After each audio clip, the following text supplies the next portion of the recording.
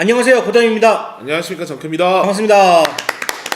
자, 오늘은 미래의 미라이 해보도록 하겠습니다. 네네. 또 오랜만에 2D 애니메이션 해보네요. 네, 뭐 저는 뭐 늘 하고 있어서 아, 그렇죠? 네, 전 되게 오랜만이라서 네. 또 긴장이 되네요. 뭐 편하게 하세요. 파덕답게 좋은 얘기가 나올 거라고 생각합니다. 빠덕이라는 건 선생님만 쓰시는 용어니까. 제가 만든 거예요. 자, 미래의 미라이 어떻게 보셨나요? 개인적으로 일본 극장판 애니메이션이 미야자키 하야오의 은퇴로 왕자가 이제 비어 있다고 생각이 들어요. 근데 이거를 이어나갈 수 있는 사람은 사실 호소다 마모루 감독이 가장 유력했던 상황이었거든요. 너의 이름은의 신카이 마코토 감독님도 떠올랐고, 새벽 알리는 로의 노래에 이제 유아사 마사키 감독도 많이 떠올랐지만 그분들은 좀 매니악한 면이 없지 않아 있어요. 근데 이제 대중적인 걸로는 호소다 마모루 감독님이 제일 앞서 가고 있었고, 또 여러분들도 뭐 아시는 분들은 아시겠지만 지브리에 있다가 하울의 움직이는 성을 만들 뻔 하다가 나가서 만든 게 시간을 달리는 소녀였고, 그만큼 또 그때 당시에 그 지브리 후계자였던 미야자키 고로 감독의 게르전기를 완전 개박살내면서 개박살. 그러면서 엄청나게 그 떠올랐던 분이었기 때문에 그 기대치가 상당히 있습니다. 근데 어느 순간부터 그가 그리는 방향이 우리가 기대하는 것과 조금 달라지기 시작했다고 느낌이 들어요. 처음에 딱 느꼈어야 되는데, 사정이 길었다는 걸 느꼈어야 되는데. 네. 그렇군요. 네. 아니 뭐 근데 제가 뭐 그냥 생각하는 바를 얘기하는 거니까. 이번 영화도 보여지는 화면이나 디테일이나 뭐 이런 것들은 호소다 마모루 감독 특유의 느낌이 살아있지만 그럼에도 불구하고 이야기를 이제 풀어가는 방식, 그리고 이런 것들이 너무 동화적인 느낌으로 흘러가다 보니까 아쉬운 면도 많고, 너무 우연에 기대해서 만들어지는 그런 상황들, 이런 게 들려주려고 했던 메시지보다 화면적인 그냥 비주얼만 남고 지루함이 좀 더 많아진 그런 작품이 아니었나 생각이 들어요. 네, 그래서 좀 다소 아쉬운 마음으로 봤습니다. 그랬군요. 네. 저랑 또 비슷한 생각을 갖고 있네요. 저 같은 경우는 첫째라면 공감할 만한 동생에 대한 질투를 그린 영화였다고 일단 생각을 합니다. 거기에 과거와 미래를 오가면서 가족들의 역사를 통해 한 걸음 나아가는 쿤의 성장기를 다룬 작품인데요. 오랜만에 2D 애니메이션을 보는 거기도 하고, 시간을 달리는 소녀의 호소다 마모루 감독이기 때문에 더 기대하고 봤던 작품이라고 할 수 있겠습니다. 네네. 기대치가 높아서 그랬던 건지 매우 아쉬운 애니메이션 영화가 아니었나 생각을 해봅니다. 영화 초반 야마시타 타츠로의 음악과 섬세한 배경, 호시노겐의 더빙, 쿤의 귀여운 움직임을 보는 것만으로도 이 애니메이션은 충분하겠구나 라고 생각을 했었는데, 이 반복되는 나열의 구성, 그 다음에 의미 없는 스토리의 번식, 마치 시리즈를 요약해놓은 듯한 많은 스토리 등등등, 뭔가 스토리나 각색 면에서 굉장히 부족하다고 느꼈던 영화였던 것 같아요. 저는 이렇게 느끼긴 했지만 어쩌면은 다르게 생각을 해보면, 아이를 키우시는 부모님들은 아이 손을 잡고 영화관에 가셨다면은 만족할 만한 영화가 아니었나라는 생각도 한편으로는 또 해보게 되네요. 왜냐면 또 아이와 같이 보게 되면은 공감대가 더 많이 올 거라고 생각해요. 네네. 하지만 저는 애를 낳은 것도 아니고 키워본 입장도 아니라서 사실 공감대가 그리 많이 가지는 않았던 것 같아요. 저 같은 경우에 이제 오빠로서의 느낌은 어느 정도 공감은 가더라고요. 그러니까 동생을 뭐 이렇게 막 질투해본 적은 없는데, 어쨌든 그 형제들끼리 나이 차가 제가 좀 나거든요. 그래서 처음 동생이 집에 왔을 때 그때 느낌? 동생을 보던 그 느낌이, 동생을 봤다는 게 신기하네요. 저 같은 경우는 이제 그 2년이니까 봤다고 하기는 너무 애매한 나이? 저는 거의 5년 정도 텀이 있어서 그러니까 완전 인식할 때 봤어요. 네네네. 그래서 이제 막 애기 손 보면서 애기 손이 그때는 뭐든 잡으려고 하거든요. 그럴 때 이제 뭐 제가 일부러 막 머리채도 잡혀보고 막 이랬던 기억도 나고, 네, 그런 것들이 많이 떠올랐어요. 뭐 그때나 지금이나 머리채 잡히는 건 똑같네요. 아니에요. 지금은 동생과 그렇지 않아요. 네. 인생을 잘 살아요. 그러니까. 지금은 동생님에게 꽉 잡혀 살죠. 그러니까 잡혀나잖아요. 머리채는 잡히지 않아요. 네. 네, 농담이었습니다, 여러분.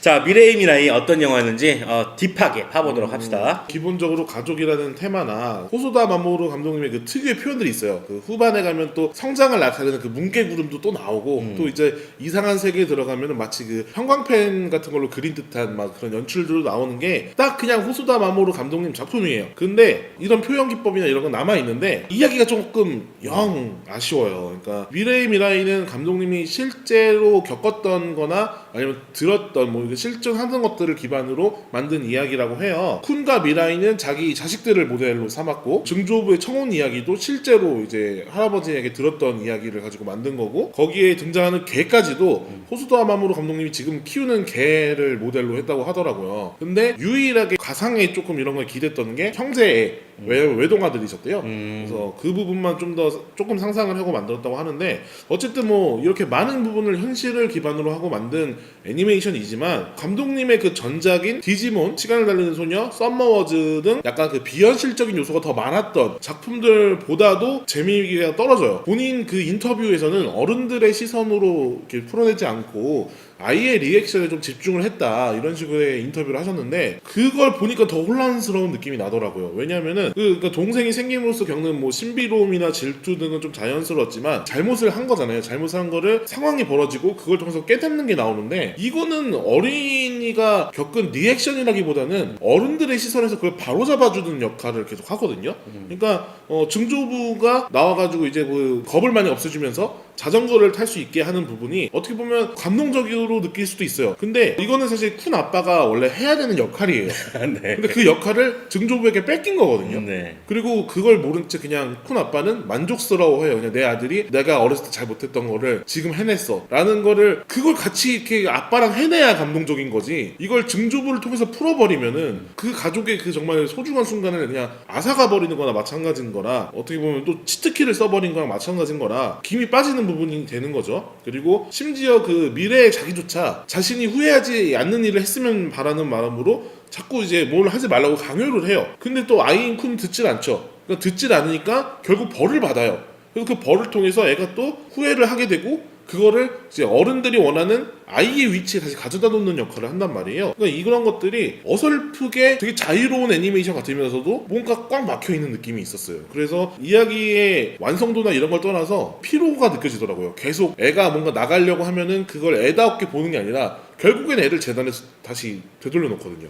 너무 칭칭대더라고요. 그런 느낌도 있죠. 네. 아이의 그 목소리 톤도 상당히 좀 피곤한 목소리 톤이었고 그래서 이제 저는 이게 쿤이나 아이들이 굳이 그 조상님들이나 이런 분들을 통해서 코칭을 받았어야 됐나? 라는 생각을 해보게 돼요. 그러니까 굳이. 감독님이 원하시는 내용처럼 어른들의 삶 그리고 그들의 삶이 있었기 때문에 지금 우리가 있고 우리의 미래가 있는 거다 뭐 이런 내용인 건 알겠어요. 근데 그거를 왜 코칭을 받아야 되는가에 대해서는 지금 부모의 역할이 있는 건데 그걸 너무 건너뛰는 느낌이 없지 않아 있었다는 거죠. 그런 게 있다 보니까 사실 그 마지막쯤에 쿤의 부모님들이 서로 자기 옛날에는 이러지 않았는데 많이 변했구나 뭐 내가 서툴지만 아빠 역할 잘 하고 있는 거지 뭐 서로 이렇게 위안하고 이렇게 웃는 장면이 나오거든요. 근데 그 장면이 정말 이들이 부모로서 무슨 역할을 했는지에 대해서 이 영화를 보면서 자꾸 의문을 갖게 돼요. 저도 어떤 댓글에 육아라고 돼 있었는데 이건 네. 육아에 관한 얘기였다라고 했는데 전 그걸 못 느꼈거든요.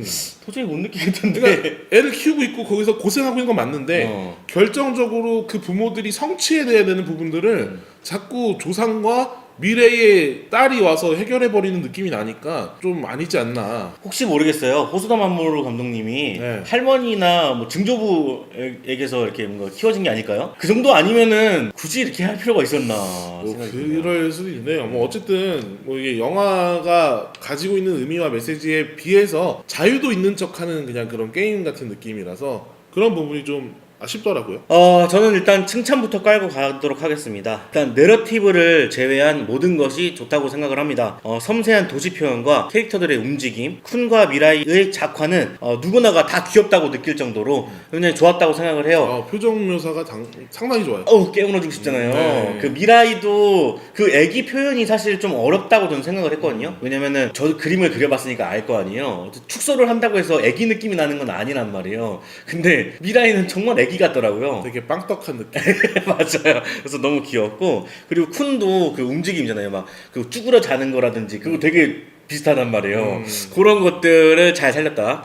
그런 느낌을 받았고요. 이 의붓 엄마와 딸의 블루스에 출연했던 카미시라이시 모카가 쿤을 더빙한 건 조금 미스캐스팅이라고 생각은 하지만 준수할 정도로 많은 부분에서 역시 호소다 마모루의 작품이다 라고 할 정도로 좋은 영상미를 보였다고 생각을 합니다. 그런데 정작 스토리에서 굉장히 난해했다고 생각을 하는데요. 쿤이 시간여행인지 꿈을 꾸는 건지 현실인지도 모르는 탐험을 하게 되는데 이는 기준도 맥락도 설명도 없이 갑자기 찾아오게 됩니다. 감독은 각각의 가족 구성원의 에피소드를 이야기를 넣으려고 했고 이내 주제는 동떨어진 채 정신없이 진행이 된다고 저는 생각을 했어요. 이러한 것들이 나열되고 반복되면서 전반적으로 늘어진 전개를 보여준다고 생각을 합니다. 시계를 저는 쳐다볼 정도로 시간이 왜 이렇게 안 가지?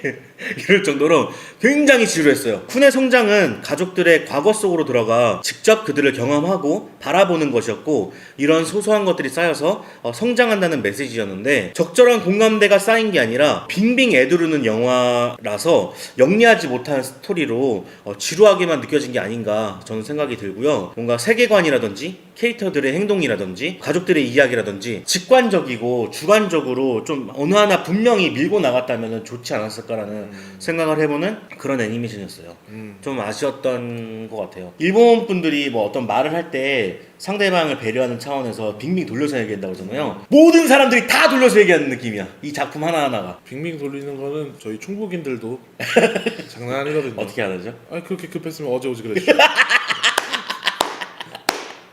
그래요. 그런 게 바로 이렇게 무슨 소리지? 이런 느낌이 들잖아요. 이것도 먹고 이것도 먹고 이거 자꾸 그것만 처먹지 말고 이게 돌려서 그런 그만 먹지 말라 이거잖아요. 그렇죠. 어렵네요.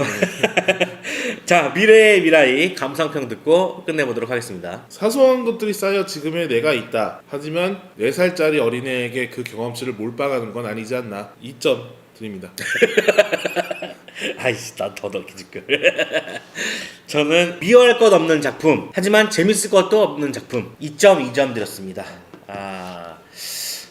2점이 제가 물개를 2점 줬더라고요. 그래서 2점보단 나야 되지 않을까 생각해서 2.2점 줬는데. 뭐 저는 뭐 굳이 그런 건 아닌데, 그러니까 호소다 마모루 감독님에 대한 기대치가 있었기 때문에 더 조금 아쉬웠던 것 같아요. 그러니까 일본에서 아무리 망했다 해도 그렇죠. 네, 그래도 그 벌어들인 흥행 수익이 블리치보다는 많았고 그렇기 때문에 그냥 그래도 뭔가 있겠지. 저 똑같은 마음이었던 것 같아요. 네, 뭐. 그냥 망했다 하지만 호소다 마모루, 그러니까 감독의 본질은 변하지 않는 거거든요. 뭐 중간중간에 특이한 독특한 연출이라든지 그런 것들을 아이디어나 이런 것들을 접목시킬 수는 있어도 본질은 하나라고 생각했거든요. 근데 본질은 똑같은 걸 확인했어요. 영상미와 모든 것들. 근데 스토리가 이렇게 나올 줄이야. 참 이게 되게 아이러니하게도 좀 요즘 들어서 느끼는 부분인데, 사실 마블 스튜디오가 그 감독이나 이런 전체적인 프로덕션 방향을 통제하는 거에 대해서 저는 누구보다도 부정적인 사람이었거든요. 근데 요즘에 한국 영화나 일본 영화나 여러 가지 그런 것들을 보면서 감독 역량에만 모든 걸 맡기기에는 이제는 아니다. 이제는 프로덕션이 충분히 통제를 해야 되는 상황이 왔다. 일정한 재미를 뽑기 위해서는 그 정도는 해야 된다라는 생각이 자꾸 들기 시작했어요, 요즘에.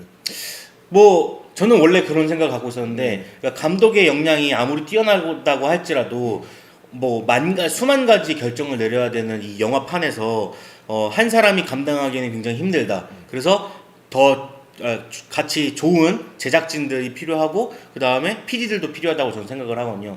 근데 어떻게 보면은 또 PD가 또 이렇게 막 하면은 또 감독이 자기 거를 또 못 뽐내거든요. 그래서 두 개가 잘 맞아 떨어져야 좋은 영화가 나오는 게 아닌가라는 생각을 합니다. 저는. 그렇죠. 그러니까 지금 원래 시간을 달리는 소녀 등에서 이제 각본을 써주셨던 분이 이제 이번에랑 저번 영화에 합류를 하지 않은 걸로 알고 있는데, 그게 이제 호소다 마모루 감독님은 인터뷰에서 이게 액션이나 특성 장르가 아니기 때문에 내가 이렇게 그냥 혼자 해도 될 것 같다는 프로덕션의 판단이 있었다라고는 했는데, 제가 봤을 때는 같이 만들어가는 게 더 좋은 것 같아요.